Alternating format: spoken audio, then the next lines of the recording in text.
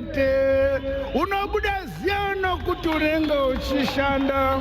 Saka muti wakanaka unobereka zvibereko zvakanaka. Muti wakaipa unobereka zvibereko zvakaipa. Zvibereko zvababa Sameri zvakanaka zvinoonekwa nokuwanda kwatakaita. Nokuti baba Sameri wanga uri muti wakanaka. Imwi isu tose tiri zvibereko zvakanaka nokuti tinotevera muti unobereka zvibereko zvakanaka ari baba Sameri.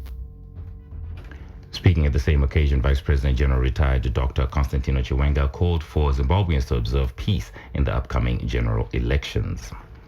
Government has commended the private sector's role in developing the tourism industry towards attaining the $5 billion United States value chain target as the sector recovers from the COVID-19 pandemic. Environment, Climate, Tourism and Hospitality Minister Honorable Mangaliso Ndlovu was speaking on a recent tour of one of Zimbabwe's prominent hotel chains in Harare, which upgraded its facilities to the tune of $2 million United States.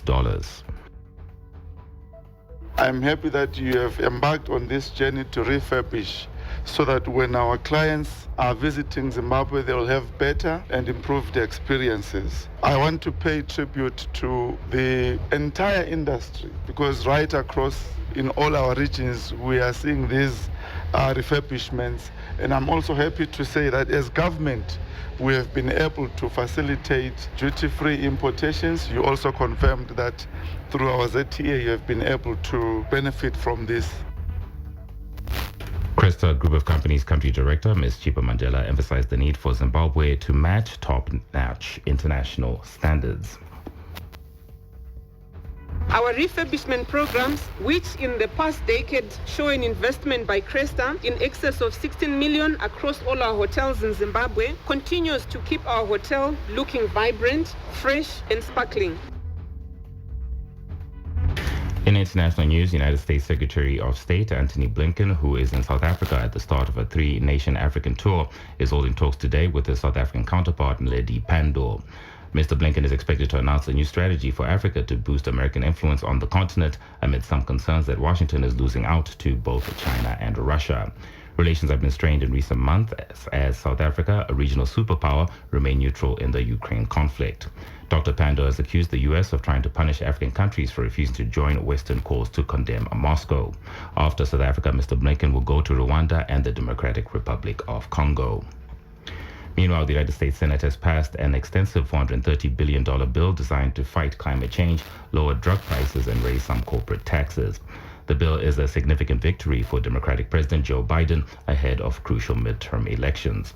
After 1.5 years of grueling negotiations and a marathon night of debate, the U.S. Senate yesterday approved Mr. Biden's ambitious climate tax and health care plan. The Senate passed the legislation known as the Inflation Reduction Act by a 51-50 party line vote, with Vice President Kamala Harris casting the tie-breaking ballot. The $430 billion spending plan will now go to the House of Representatives next week, where it is expected to pass.